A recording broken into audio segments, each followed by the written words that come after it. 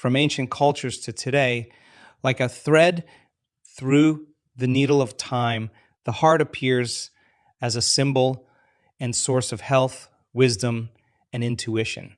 As a symbol, it transcends time, place, and culture. And it's a commonly accepted that when we are connected to the heart's inner knowing, its wisdom can be used as a source for love and higher, intelligent guidance. Beyond its obvious imperative in sustaining life, the heart is not simply a muscle or a physical pump that moves blood throughout our body, but an organ capable of influencing and directing one's emotions, morality, and decision making ability. Since 2013, we've gone to great lengths to measure and quantify coherence and transformation.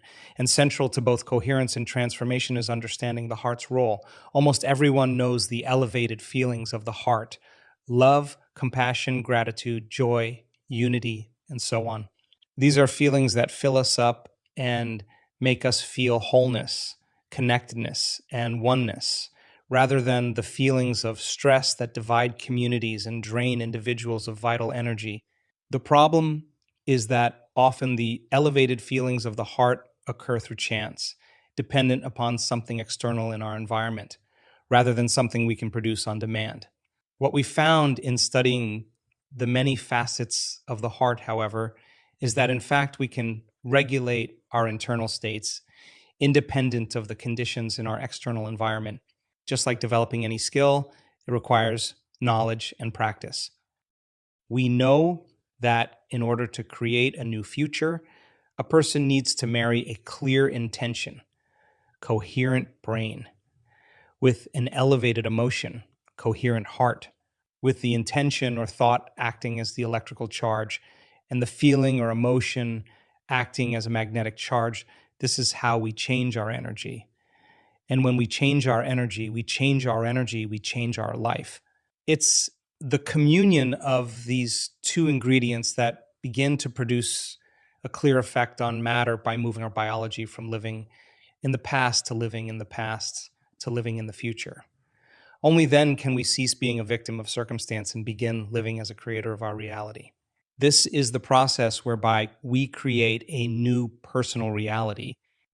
The benefits of heart coherence are numerous, not the least to mention lower blood pressure, improved nervous system, and hormonal balance and improved brain function.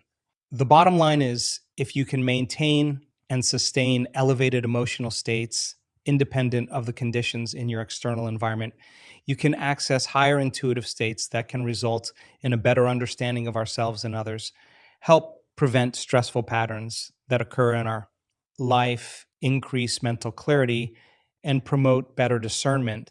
It all begins with the creation of heart coherence through cultivating, practicing, and sustaining elevated emotions like gratitude, appreciation, thankfulness, inspiration, freedom, kindness, care, compassion, love, and the joy for existence.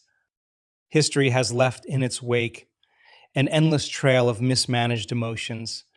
Whether the result is a Shakespearean tragedy or a world war, mismanaged emotions such as blame, hate, fear, and retribution have left an endless, unnecessary loop of suffering throughout history. The good news is, this is a moment of time where we have the technology and understanding to actually learn how to more efficiently and effectively manage our emotions. And studies have shown that if we can do this properly, we can achieve healthier relationships, improve prosperity, feelings of joy and wholeness, and even personal and global peace. Then, instead of acting out of division, a lack of understanding, and the mechanical responses of stress, responses that drain us of our energy, we can replace them with emotions that give us energy, fill our spirit, and leave us feeling wholeness, connection, and unity. This is what it means to access the heart's intelligence. It doesn't take much time to get heart-centered. Simply find a quiet moment in your day and find stillness in your body and mind by paying attention to your breath. Each time you take a breath, slow it down, place your awareness where your heart is, then practice cultivating those heightened, elevated emotions that connect us to everyone and everything.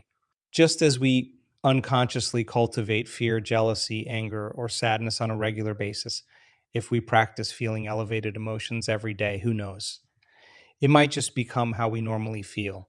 When our heart is open, we are more intuitive, more patient, more connected, more present, more forgiving, and more knowing. That's why I like to say the brain thinks, but the heart knows